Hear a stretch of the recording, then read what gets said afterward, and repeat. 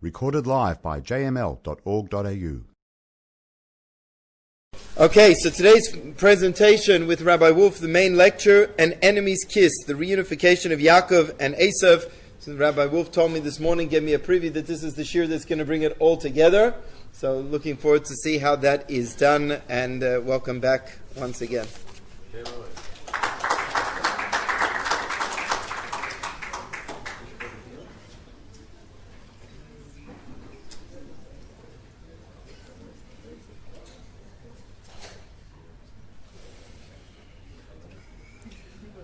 Okay, so it is 12:10, so I have till 1:10. If I bore you today, then you can have it against me. Tonight's class I'm excited about. So, what's new? Zois Chanukah, 5780 in Melbourne. In Melbourne, it's hot. Got very hot. Very, very, very hot. And I'm not insulted that this is what you're welcoming me with. I'm here already a week and it wasn't hot. But today it's hot. And that is exactly Moshiach.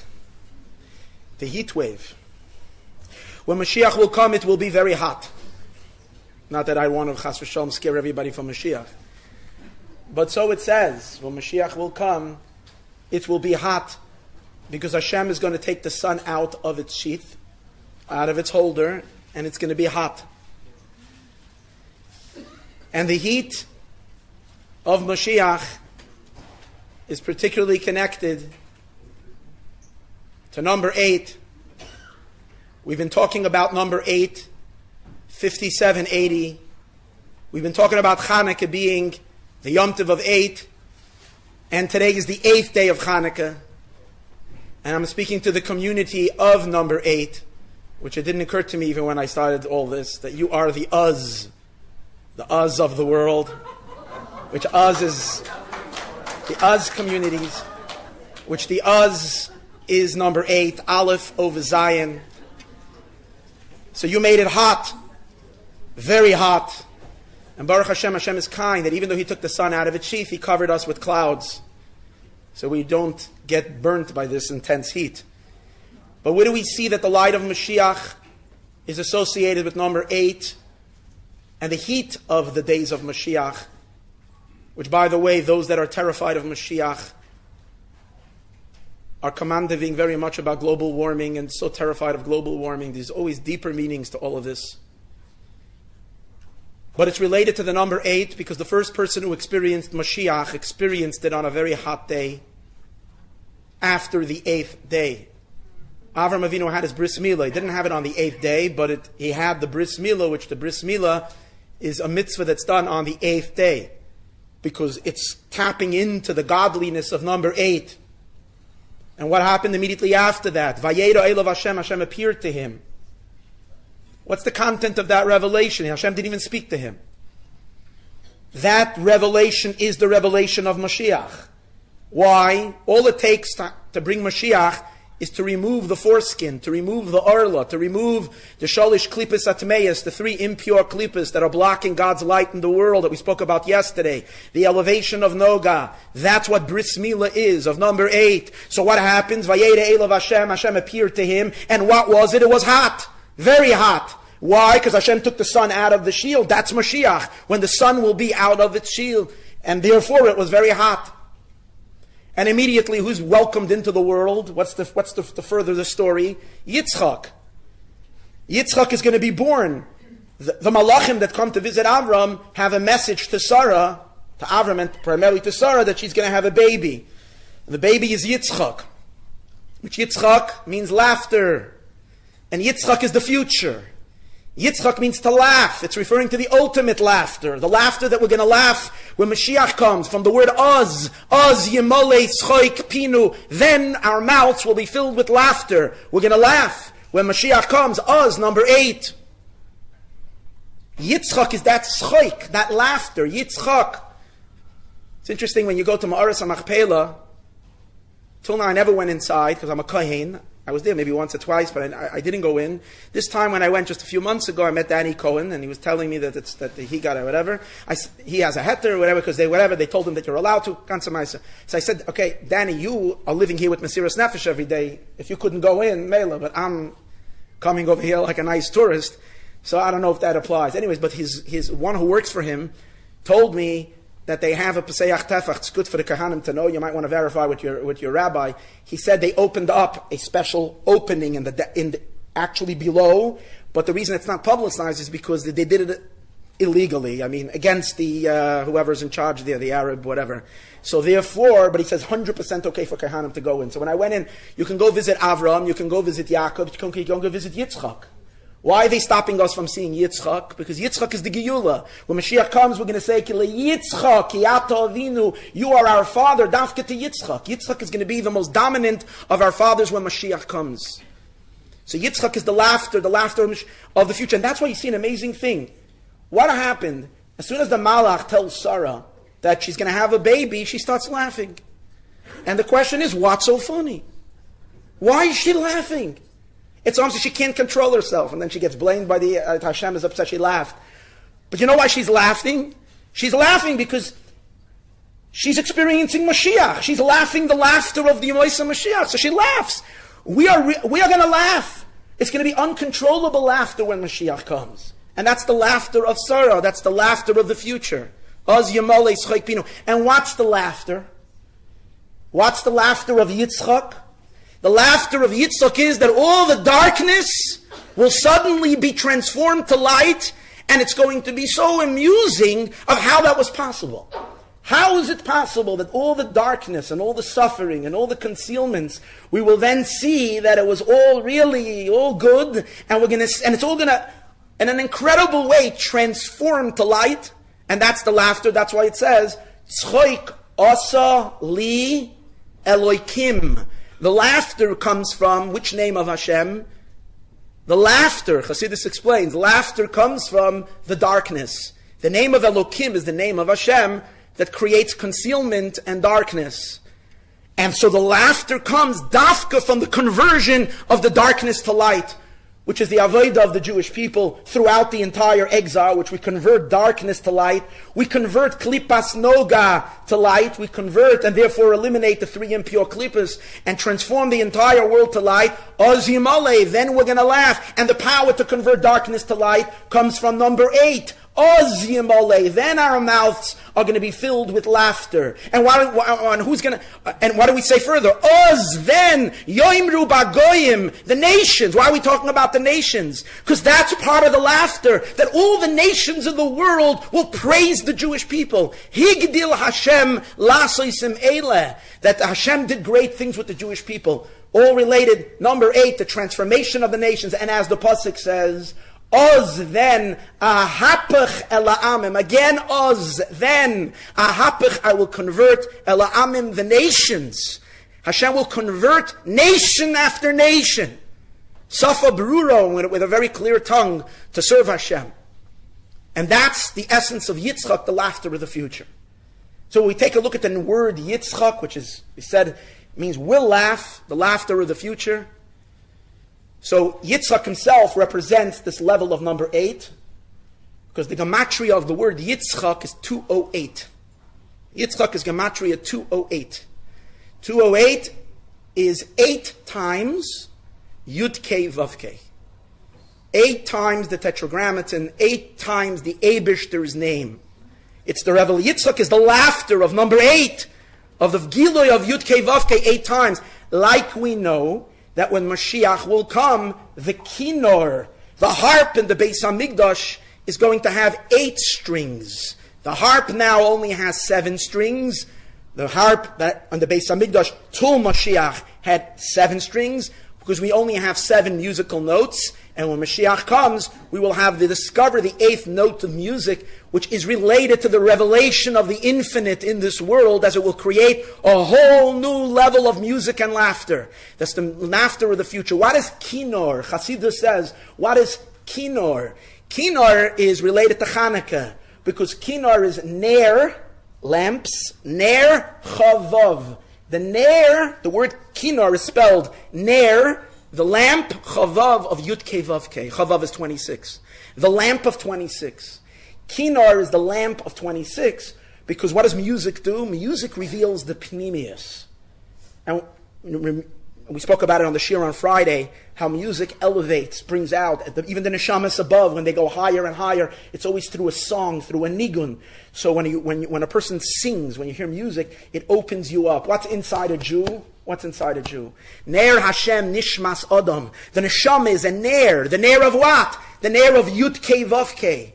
So kinar, when you hear music, what does it do? Ner Hashem. It brings out the ner. But the kinar that we have until Moshiach comes is only of 7 strands. That means it's 7 times Yud Kei Vav Kei. It's not 8 times Yud Kei Vav Kei. The kinar of Moshiach, the ner chavav, the lamp of 26 of the future of Moshiach, is going to be of 8 strands, and that's Yitzchak, which is 8 times Yud Kei Vav Kei. The Jew today, our experience today, we're beginning to laugh already, but the Jew in the time of exile is still in number 7. That's why Yitzchak has a son, Yaakov. And when we take a look at Yaakov, his name is Gematria. You don't have to do the math, I'll do it for you. 182. Yaakov is Gematria. Yud Ayin is 80. Kuf and Beis is 102 plus 80. 182 is Yaakov. The difference between 208 and 182 is 26. Yaakov is 1 less. Yaakov is 7 times Yud Kei Vav Kei, and Yitzchak is 8 times Yud Kei Vav Kei. Why? Yaakov represents the struggling Jew, the Jew that's fighting. He's fighting with darkness. When you take a look at Yaakov's life, you see a life fraught with challenges, with darkness, with opposition. Yaakov cries out last week and he says, Kael Shakai, the God of Shakai should have mercy on me.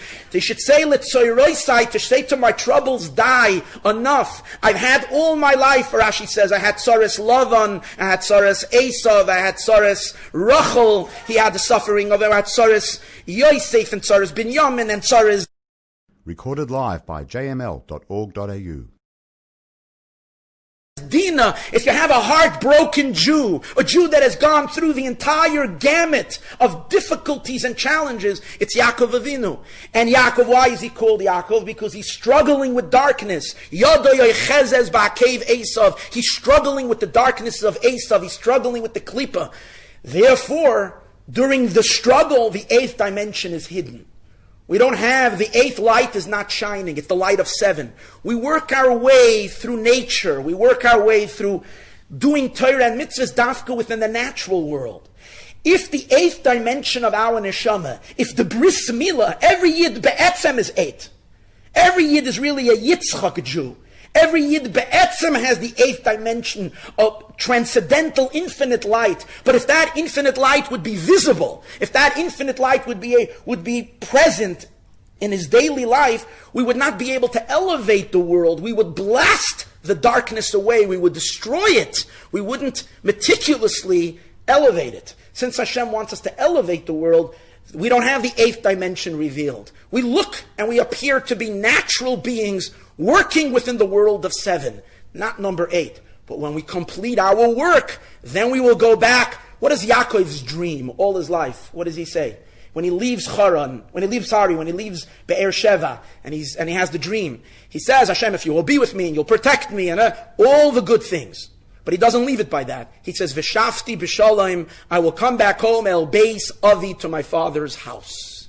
Which is a strange thing, because by that time, Yaakov is about 100 years old. Can't he get himself his own apartment? That Gavgen el beis avi, he has to go to his father's house. What's the meaning over here? He wants to go to Yitzchak.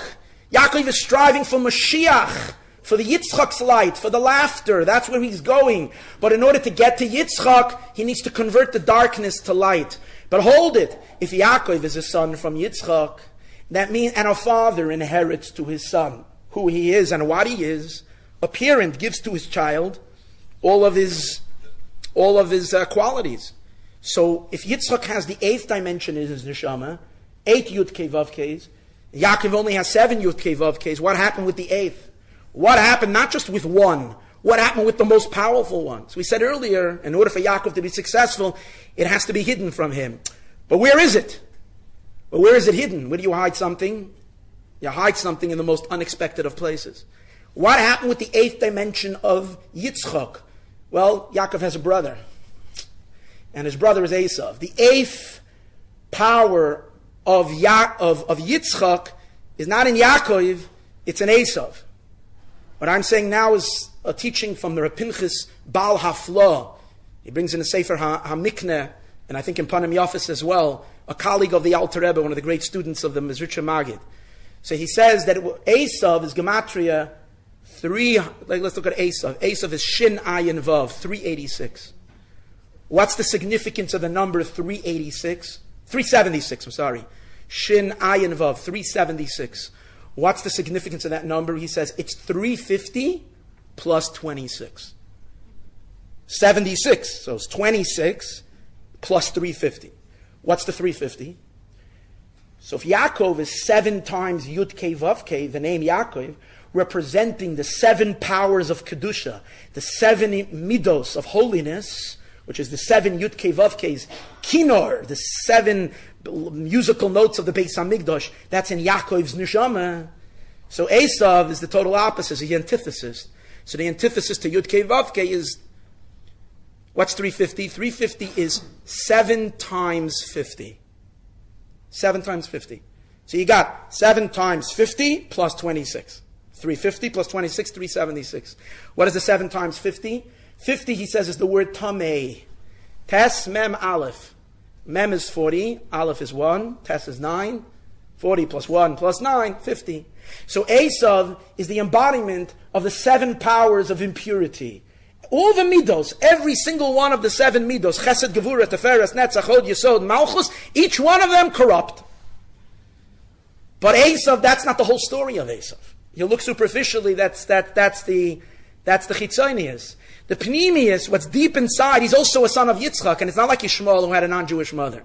He has a Jewish mother, he's a son of Yitzchak and Rivka. Deep inside, buried under the rubble, buried under all this junk, is Yud Kei Vav Kei. The 8th, not Stama Yud Kei Vav Kei. The greatest of all the Yud Kei Vav Keis, higher and greater than Yaakov, related to the godliness of the world of Tohu, which is the infinite lights of Hashem that have somehow fallen down and collapsed and fallen inside and buried in Eisav. And that's why Yitzchak loves Eisav so much. Doesn't make any sense. Yitzchak doesn't make any mistakes. What does he love Yitzchak? Yitzchak is laughter. Laughter is pleasure. That's what laughter is. It's an amusing pleasure. The pleasure that's mixed with amusement, that's what creates laughter. And what's the laughter of Yitzchak? You can only have the amusing pleasure from something that's a chidush. What causes a person to laugh? When it's something that's unexpected. That's when you laugh. It's funny because it's like weird, it's crazy, it didn't make any sense. The mind is baffled.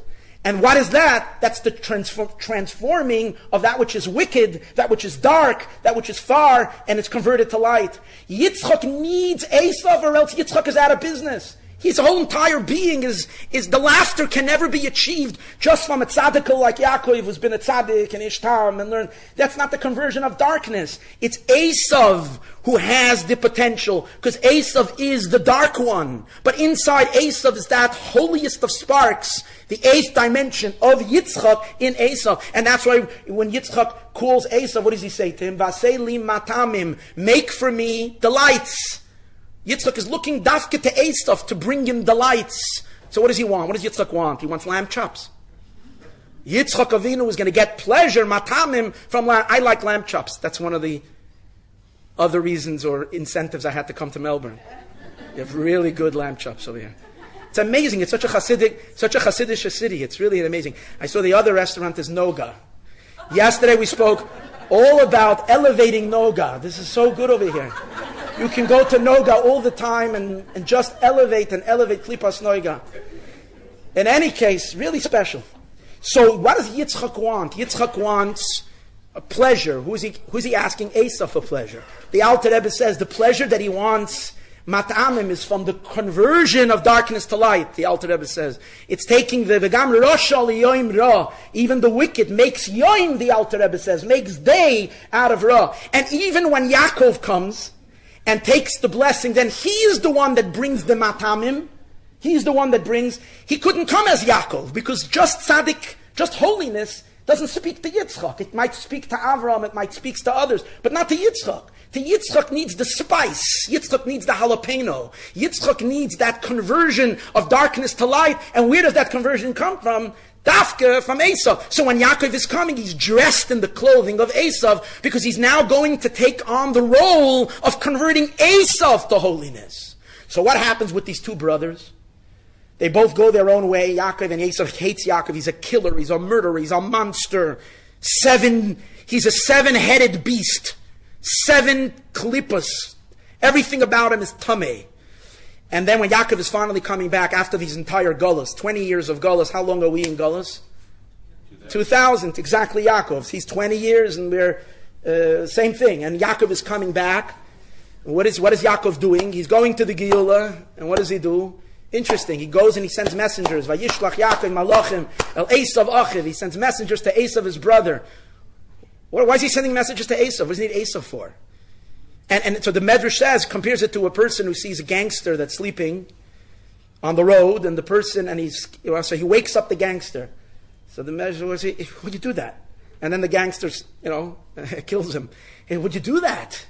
He's sleeping. The Medrash says, yeah, Eisav was sleeping. He's busy. He got on to other things. Why is Yaakov sending messengers? So Chassidus explains, he has no choice. If he wants to go to the Geula, the only way he can go to the Geula is together with Eisav. That's the 8th dimension. He doesn't have it without Eisav. And he thought that by now Eisav is already polished. Eisav has already been refined. Eisav has done his work. Yaakov did his work and Eisav did his work. But then he finds out that Eisav is coming against him with 400 men. And he's terrified and he's scared. And then you have the amazing confrontation. And when you have that in confrontation, on the way he gets injured by the malach of Eisav, right? And he's limping, and fine. Finally they have their confrontation. What does the pasuk say? That Yaakov goes towards Eisav and he bows down 7 times. He bows down 7 times. And then the pasuk says, Ad gishtoi, until he approaches El Achiv, to his brother. If you remember, Rashi says in the beginning, when it says, Banu el achicha el Eisav, where we came to your brother, to Eisav, Rashi says, you think he's your brother, but he's not your brother. He's really Eisav Harasha. He's the wicked Eisav. Eisav is 376, so Eisav has got the klipa all around it. But when Yaakov is looking for his Yaakov is looking for his brother. Yaakov is looking for the completion of his neshama. Yaakov is looking for the spark in Eisav that belongs really to complete Yaakov's number 8. That's his brother. He's not a brother on the external. He's a brother in terms of his neshama. So when he goes and he meets him, what does it say? Ad gishtoi, until he approaches El Achiv, to his brother. Because there was no more klipa at that moment. All the Eisav shed. Literally, in that moment, Eisav shed 7 layers of concealment. 7. Why? Every time Yaakov bowed down, bowing is a hamshacha.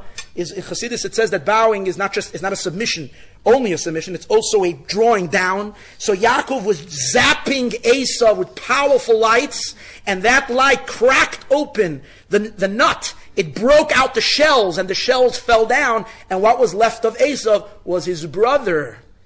And that's why the Gemara says an interesting story, that it was, I think, Reb Acha bar Yaakov, maybe Reb Yaakov bar Idi or Reb Acha bar Yaakov, I think Reb Acha bar Yaakov, who came to a town, and there was a haunted house, there was a shul that was haunted, and the Gemara Masechtas Kedushin, and there used to be a demon that would come and harm. If someone was alone in the shul, they had a demon that would come, and this demon was appeared as a 7-headed monster.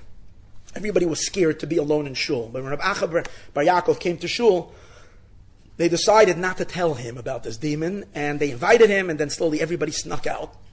Because they knew he's a tzaddik, and they figured they'll leave him there alone, and he'll handle the situation. And that's what happened. The demon appeared, and Reb Acha bar Yaakov prayed and he bowed down 7 times, and every time he bowed, he chopped off one of the heads of this monster. So I think the Rebbe's father says, how did Yaakov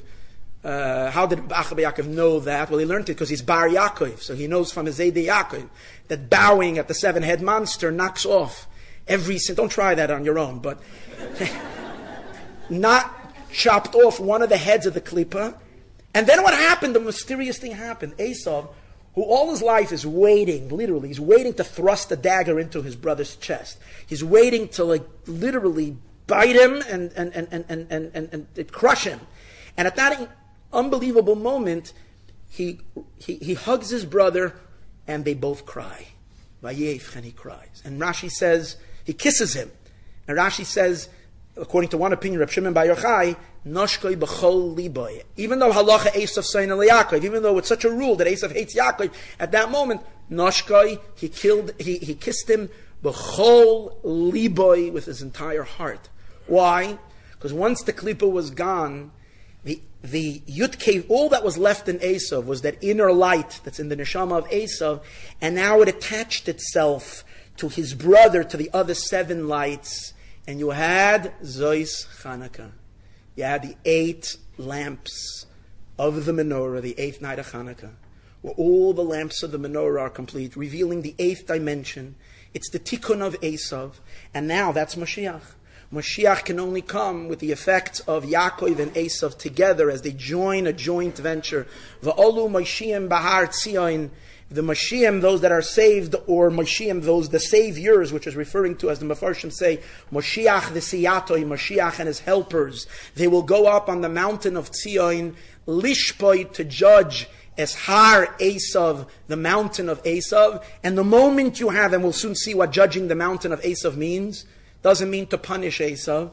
It means to give guidance and direction to Eisav, to elevate Eisav. And when Mashiach will connect and elevate Eisav, what's the next words that we say? V'hoisal Hashem hamlucha. To Hashem will be the kingdom, which means the Yizgalus of Mashiach and of Melech HaMashiach, and the Yizgalus of the Eibishter's kingdom in the world will happen at that magical time when Yaakov and Eisav will come together. So what has happened in recent history? And where are we standing today in terms of that conversion? So we spoke about that yesterday, that Eisav is related to Klipas Noga, and that Klipas Noga is the birur that we do for thousands of years, and it separates the good and the bad, and we're seeing this great separation that's happening in the world today, those that are for the Jewish people and those that are against the Jewish people. We see an assistance to Yidden like we've never seen from Eisav, from Christians, from those that are the inheritors of Edom. This is incredible stuff. But we know we've been doing this work for thousands of years. We were scattered, primarily the Jewish people, part of the Jewish people went into the lands of Yishmael to do a tikkun in the world of Yishmael, and part of the Jewish people went into the lands of Eisav. The two dominant forces of the 70 nations, it says 35 belong to Yishmael and 35 belong to Eisav. So we know, Sfardim and Ashkenazim, there was a little bit of a split as we moved into 2 different places, each one doing their own tikkun in the different respective places. Now we've been working with Eisav for thousands of years of purification. We would expect to see already the results of our work. We want to see something. If you don't see, right? So where's the product? What have we produced? So I think it's quite clear that in the Western Europe or Western civilization, which, as we said, Rome translates into Christianity and so on and so forth, we have to see at a certain point that there's a certain birur or rectification. Where's the rectification? I think when the United States of America was established, you've seen a more refined Eisav. You've seen Eisav a little bit elevated, because you have Gentiles who've created a society that was based on morals. How much did the Rebbe talk about the founding fathers of the United States, those who wrote the Constitution? The Rebbe who spoke with the Rebbe, you can see that even like in a sense of love and admiration for the pilgrimage, for those who came, what do they call the pilgrims? Those who came up at the beginning, and it's wow, a Malchus Shel Chesed built on a deep convictions and morals of the Torah and a faith and belief in Hashem. Right? Fine. It's interesting. The previous Satmar Rebbe, even, it's interesting, mentions, and it said an interesting thing.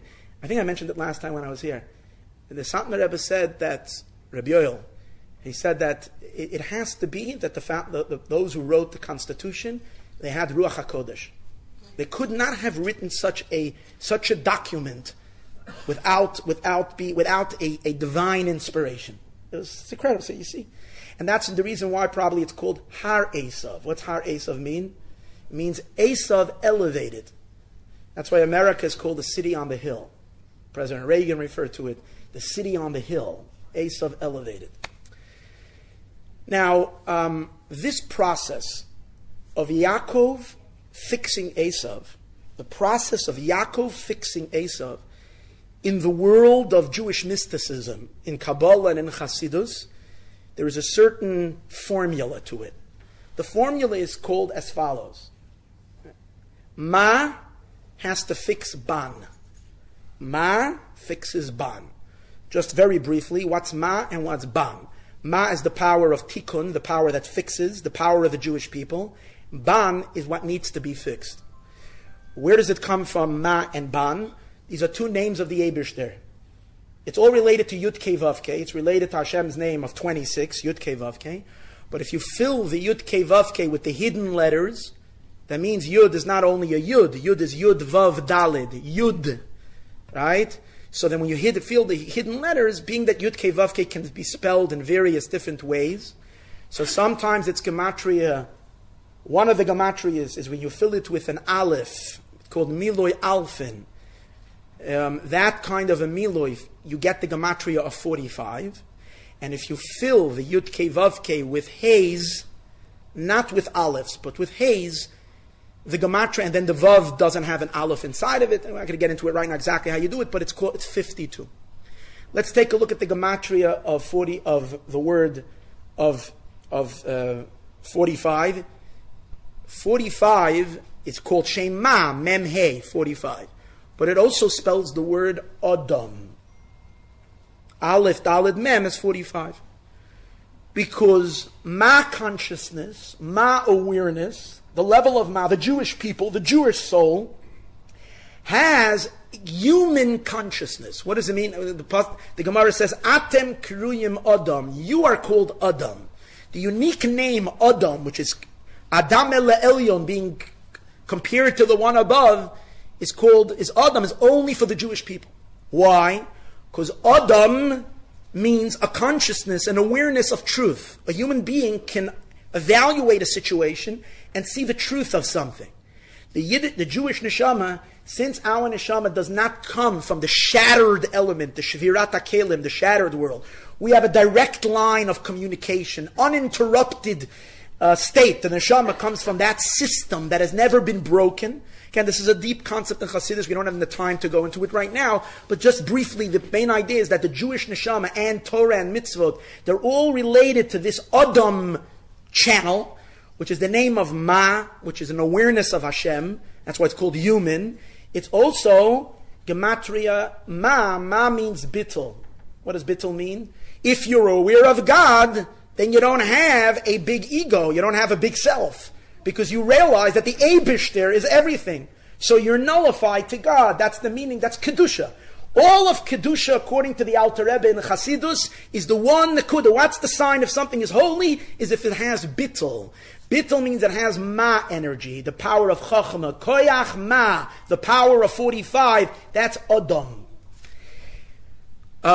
Ban, 52, is the shattered part of the world. That's everything that's shattered in the world, everything that's dark, everything that needs fixing. It too comes from Hashem, related to the 52, which is Gematria Behema. So interesting. Adam has to fix Behema.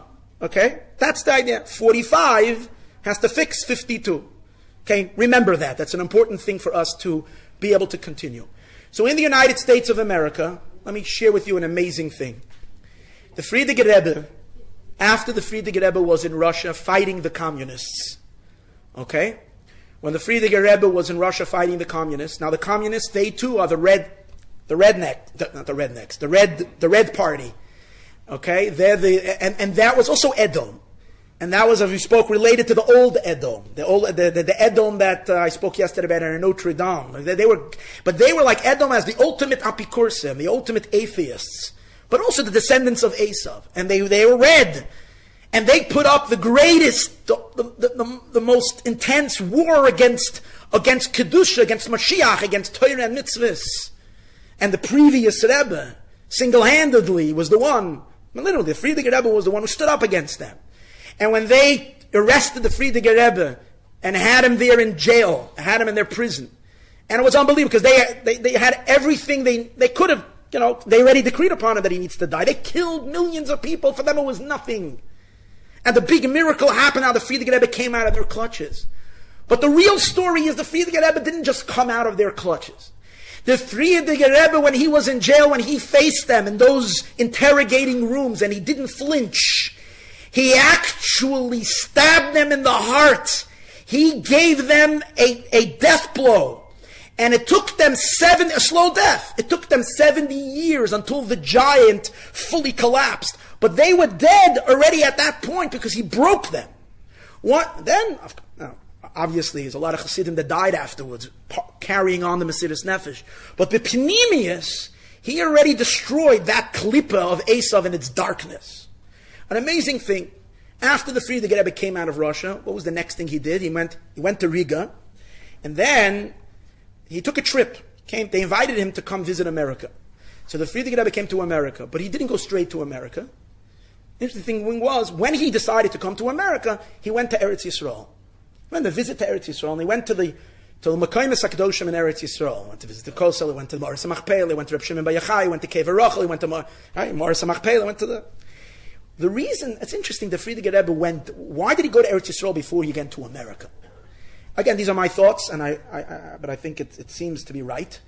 The Friediger Rebbe himself said the reason why he's going to Eretz Yisrael is because he wants to go daven by Eisav HaKadoshim. He wants to go daven by his fathers, by his holy fathers. But at that time, it was prevented from him to go daven by the graves of his fathers because he could not go to the Baal Shem Tov, he could not go to Lubavitch, he couldn't go to Rostov. So instead, because he couldn't go to daven by his fathers, he went to our forefathers in Eretz Yisrael as like substitute for going to his immediate ancestors. That was it. But the question is, why dafka at that point is the Friediger Rebbe going to daven? You understand, if he did it before 1927, we can understand that there was this big, big threat looming upon, and the fight that he was going to fight.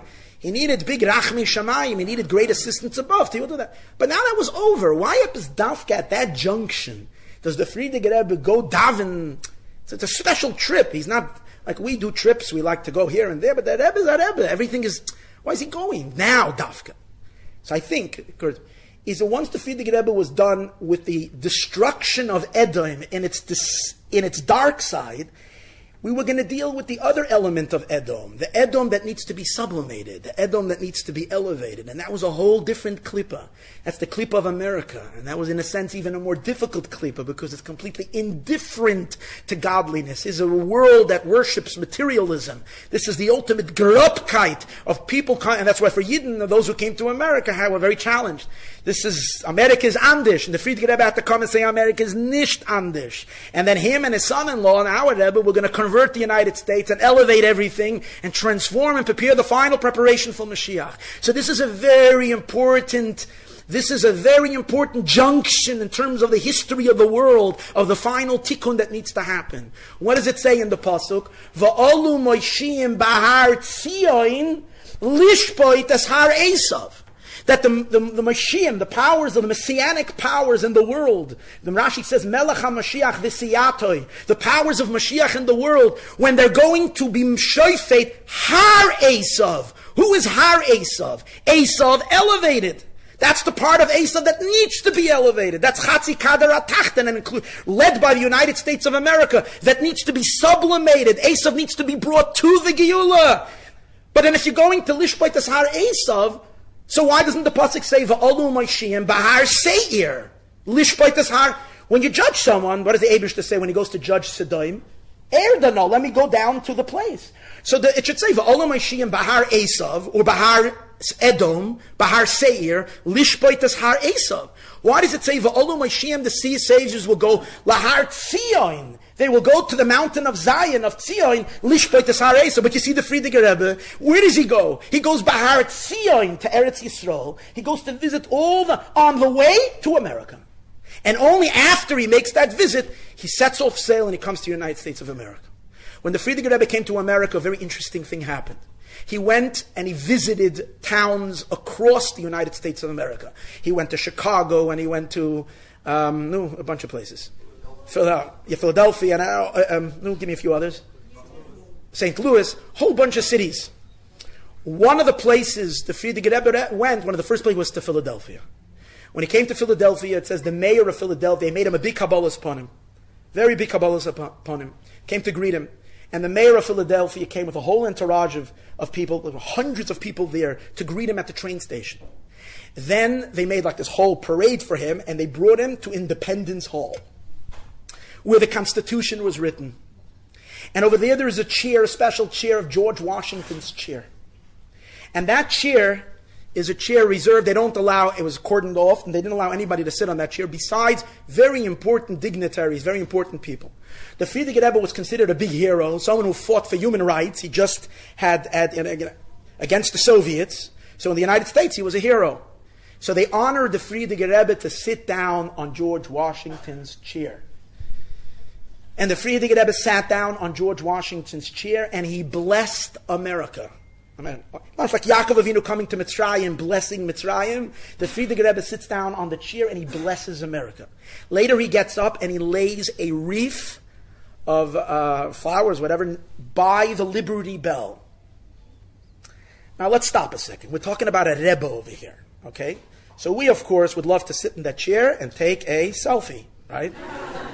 But what is a person who doesn't have a self, doesn't take selfies? What's he doing on George Washington's chair? The Friediger Rebbe is Kodesh Kodashim. George Washington is at best, we can say Chasidei on Klipas Noiga. Right? The Alter Rebbe tells us, Nefesh where the Nefashos of Goyim come from. So what in the world is he doing sitting on George Washington's chair? But you see that the Rebbe Rashab also, the Rabbeim had this thing that they like to sit on thrones. It's interesting. You see, when they went to visit Germany, the Rebbe Rashab, they went to live. There was a park in France, in Austria. There was a famous park where great kings would come, and each one had their booth. And the king of Germany, King Wilhelm, Kaiser Wilhelm had a chair. And the Rebbe Rashab asked the Friediger Rebbe to get him to be let in, and the Friediger Rebbe had to bribe the guard. He got him to come in. The Rebbe Rashab sat down and he took a quill and he wrote Chassidus sitting on King Wilhelm's throne. And then he said, Akluge Benkel. This is a wise, it's amazing. That the Rabbeim, because the Rabbeim are Malchus Beis David, ultimately you need to conquer the entire world. They're sitting there to do big things, not just for fun, chas v'shalom. Friediger Rebbe, and what's the bracha he gave to America? What did the Friediger Rebbe give America? What was his blessing? He gave the blessing, he said, Ich hab ewig gewollt kommen zu der Wiegele von Amerikans Freiheit. I always wanted to come, the Friediger Rebbe said, to the cradle, to the birthplace of American freedom. And then the Friediger Rebbe says that the what's real freedom? Freedom that's based on a belief in God, that's emes of freedom. That's enduring freedom, and so that's what the Friediger Rebbe. That was his blessing. You think about it. America today is split in half. Half of the country is following Napoleon that the Alter Rebbe fought against already back then, a Napoleon idea of freedom, liberating themselves from God and representing what I spoke about the first day, humanistic ideas of morality and kind of, but get God out of the picture. And that's half of the United States of America today. That's the left, sadly. And then, literally, the country is split like it has never been before. And the question is, which way is it going to go? There are millions of people who believe in God and want to live lives on a God-based morality. And the Friediger Rebbe sits down on George Washington's seat, the founder, first president, and he directs the country, V'olu Moshiach Bahar Tzion, Lishpoi, to judge, which means to give guidance, as Har Eisav, the mountain of Eisav, in which direction will it go? So the Friediger Rebbe then already brought about what's happening right now. Till 2016, the country was going in the other direction. But when it came to the 45th president, what did we speak about? It takes the power of 45. The whole avodah of Yidden is the power of 45 that fixes Eisav. So it comes to the 45th president, and those who hate him can't even say his name because they hate him so much. You see that their hatred is the same hatred like people hate Jews. It's an irrational hatred that burns like crazy. Why? Because it's a hatred to God. It's a hatred to the ultimate plan of what the Eibishter created the world that's now coming through the 45th president. Why? Because they need a tikkun of Eisav. And he looks like Eisav, and in many ways behaves like Eisav, and has all... It's true! We can't deny that. He's not the most refined, elevated person. Yet that's the whole idea, Eisav being fixed. 45, 45th. So when they hate him, they say impeach 45. That's the impeach Ma. Get the power of Ma out. Let's get rid of Ma. Let's get rid of Bittul. We don't want Bittul. 45 is Bittul. We don't want an Eibishter. We want a godless world. We want Moshiach without the Eibishter. We want Barack Obama Moshiach, who's going to bring global thing to the world, but no Eibishter in it, no God in it. So what happens? So an amazing story, and to conclude, where you see mamish, everything we learn in Torah and everything we learn actually is happening in front of our eyes. Just last year, a tragedy, we were still reeling from what happened last night in New York.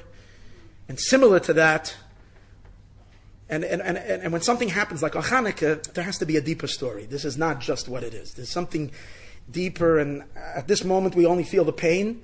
But I remember when the guy came into Poway and he shot up, sadly, this special woman, Lori, was may her soul rest in peace, and may she come down here very quickly, was killed by this killer in Poway. The strangest thing, it happened on Achron Shel Pesach. It happened on Moshiach's day. We're in a Chabad house, which Chabad, and where do we celebrate Moshiach's day? Dafke in Chabad. And when right before they started the Haftarah, speaking about Oida Yom Benoiv, about V'yotzag Chaytem again Mashiach. So when I heard that story, I said, there's something over here. This is not simple. If this happens on Achron Shel Pesach Mashiach, this has to be Mashiach Day. But what is? So what happened in the aftermath? Something incredible. First of all, Rabbi Goldstein rose like a lion. It was like the biggest Kiddush Hashem. Like he came out of surgery and already he was talking to the reporters. And even before, he stood up on a chair while his fingers were blown off. And he was talking to his community and he said the Jewish people won't cave in and Am Yisrael Chai. And then later, America was stunned. I think the whole world was stunned to hear where a rabbi took. Usually when something happens, they say, oh, our prayers are with you, whatever. And here, just keep us in your prayers. Here it was, no, we're not going to be beaten. We're stronger than this. And everybody should do acts of goodness and kindness. Fire! It was unbelievable. And he said himself, it was a koyach that he felt. It's a shliach shaladim kamoisoi, a shliach of the Rebbe. Like the Rebbe suddenly appeared inside of him. And that's what, that was burning inside of him. Fine. A little while later, he was invited to the White House. He was invited to the White House. He got a call from the president. And he spoke to him, and then he was invited to the White House. And it was actually, I think, also everything happens on auspicious days. It happened on Chaf Ches Nisan, when he went to the White House. Koyach Nisan. The day the Rebbe gave us, each one of us, the Koyach of a Rebbe to bring Moshiach, which we're going to discuss, Be'ez Hashem, the next 2 days. The day the Rebbe made us empowered that we should be like a Rebbe that can bring Moshiach. He gave it over to us. So this Chassid comes and he's at the White House. First he went into the Oval Office. And he presented President Trump with a picture of the Rebbe, and President Trump put it on his table. Whether it's there today or not, it wouldn't surprise me that it's on the table. So he gave him. Then he asked him, actually, he told the shluchim separately, that he asked him to call Putin. He said, secret, let's do this quietly. Call Putin, and if you can get the Rebbe's Svarim out. And Trump then said to him, I will do what I can. In any case, they came outside, and it was a day dedicated to prayer. And I think the Rabbi Goldstein did not know that he was going to be asked spoken. So it was all spontaneous. Rabbi Goldstein said, to the shluchim, he said it was literally Vayiftach Hashem es pia osen. The Eibishter opened up the mouth of the donkey. I can talk like that. He says, the Eibishter, the moment came. He's a chassid from them. He stood before the United States and he's speaking to the whole country, all the cameras, everybody's watching it. And he's speaking like an amazing hero, and he spoke an interesting thing. Listen to this event, amazing. He stands over there, and he says that he speaks about a few days ago. He said, "I was faced with darkness. I stared evil in the eye." But yet, he said, and our response has to be that we have to bring God more into our consciousness and into our school. He spoke about a moment of silence. Right? Spoke about a moment of silence. And then he turns to the president. I think this is like the most amazing event that ever happened. He turns to the president. So what do you have? First of all, you have a shliach, a chassid, who's living at the end of the exile. Every Jew is Yaakov. But his name is not Yaakov, his name is Yisrael. Why is he called Yisrael? Because Yaakov has two names. Yaakov is called Yaakov while he's struggling ba'akev Eisav with the heel of Eisav, but when our name change is called Yisrael. Why are we called Yisrael? Because we triumphed over the powers. We've already won the war. When we come out of Golus, we are called Yisrael. Kisarisam Elokim v'manashim v'tuchal. And this Goldstein Yaakov is injured, right? Yaakov Avinu. This is the Jew.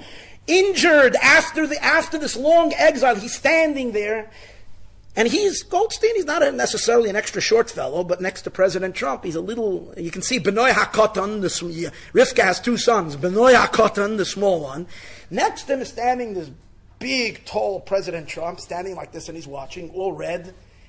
He turns to the president, and amazing, and he says, "Mr. President, I want to tell you," he says, he says, the most unexpected words came out of him. He said, "You are a mensch par excellence." Now, do you realize what that did to all the Jews in the United States of America? They cringed. A rabbi is standing. It's like the biggest, you don't have a greater compliment than being a mensch, right? To these Yidden, there's nothing greater than being a mensch. The one person who's not a mensch, and the total antithesis to a mensch, is President Trump. That a rabbi should say to him that he's a mensch. But why did he say that? But why did he say those words? And he said, "You began my healing." Why did he say you are a mensch? Because the whole point over here is that which is Adam, has to fix Ban, which is Behema. Yaakov has to fix Eisav. Adam has to fix Behema to make him into a mensch. He didn't even know what came out of his mouth. He said, "You are a mensch." And you know what happened? Then he says, "You began my healing." And he described how he was in pain, and he was so broken, he was crying. And at that moment, your phone goes, no one, I don't know what, every compliment that was given to President Trump, no one ever called him a healer. Okay? So he calls him, "You are a healer." And you know what happened? If there was ever, now what does it say? But Yaakov sent messengers to Eisav. It says Yaakov sends messages to Eisav, and the point was, he says, "Limtzoi chen be'einecha." I want to find favor in your eyes. So later, when the two of them meet, what does Yaakov say? What does Eisav say to Yaakov? Eisav says, "Come to my house." He invites Yaakov to come to him, and he says, "We'll hang out together. I'll fire up the barbecue. You'll come meet my grandchildren, Christiana, and this one and that one. The family will get together. We'll have a nice pool party." Eisav is invited Yaakov. Fine. What does Yaakov say? "I'm coming." In the end, Yaakov never went.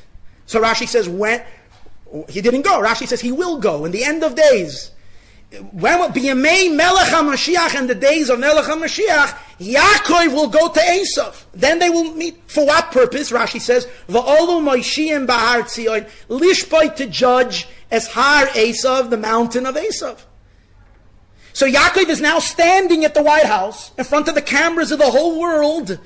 Now I know you say, okay, if it would be the Rebbe, okay, if it would be the Lubavitcher Rebbe standing in the White House talking to America, standing face to face with the president, would it be understandable to us to say that this is the meeting that we're talking about? V'olu Moshiach b'Har Tzion lishboi tesarei. Obviously, shluchai shel Adam k'moisai.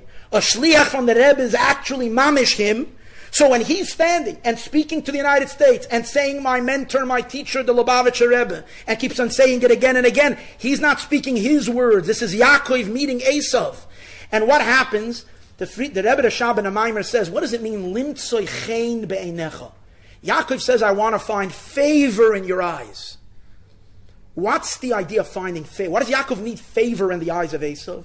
So the Rebbe Rashab says that limtzoi chen be'einecha means that since Eisav has these powerful lights from the world of Tohu, the eighth dimension, these powerful lights of Tohu, but he doesn't have vessels, he doesn't have containers. Yaakov has the containers of Tikkun.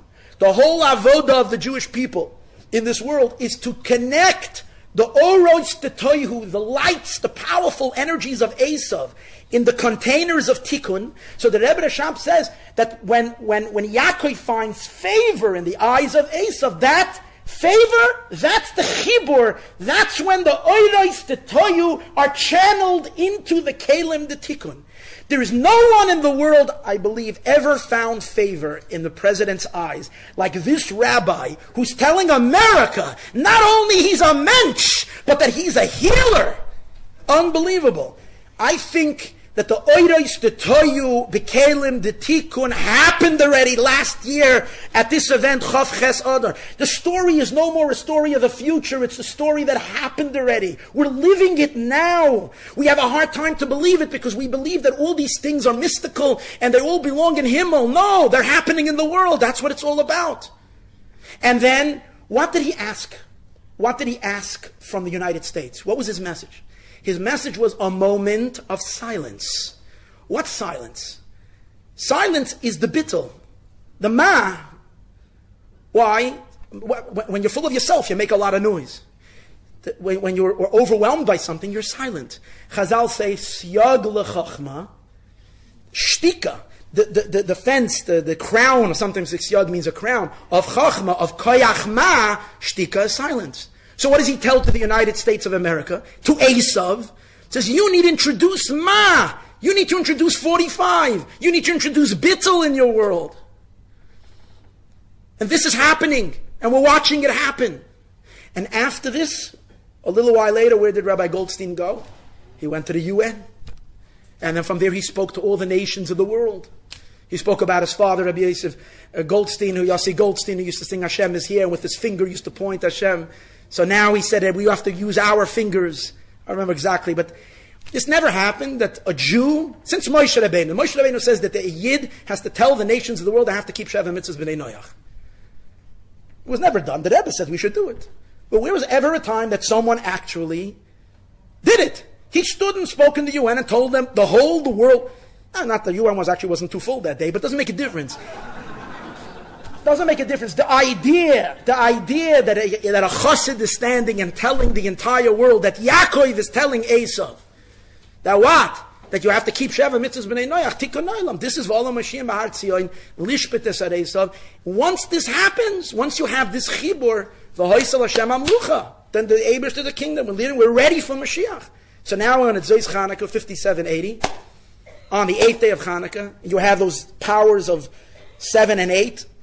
Yaakov and Eisav together, nothing's holding us back. So hopefully, for sure, today, which we started over here in Melbourne, as we mentioned the other day, God is the first ones who light the 8th day.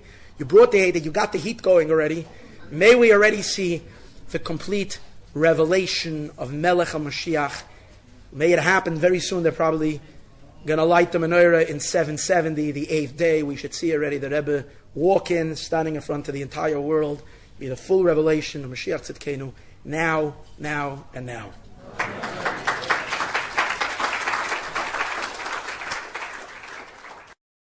Thank you for listening to another one of our great recordings. We hope you enjoyed listening to this lecture and found it enriching and inspiring. To download and listen to many of our other recordings, please sign up today for a free membership via our website www.jml.org.au.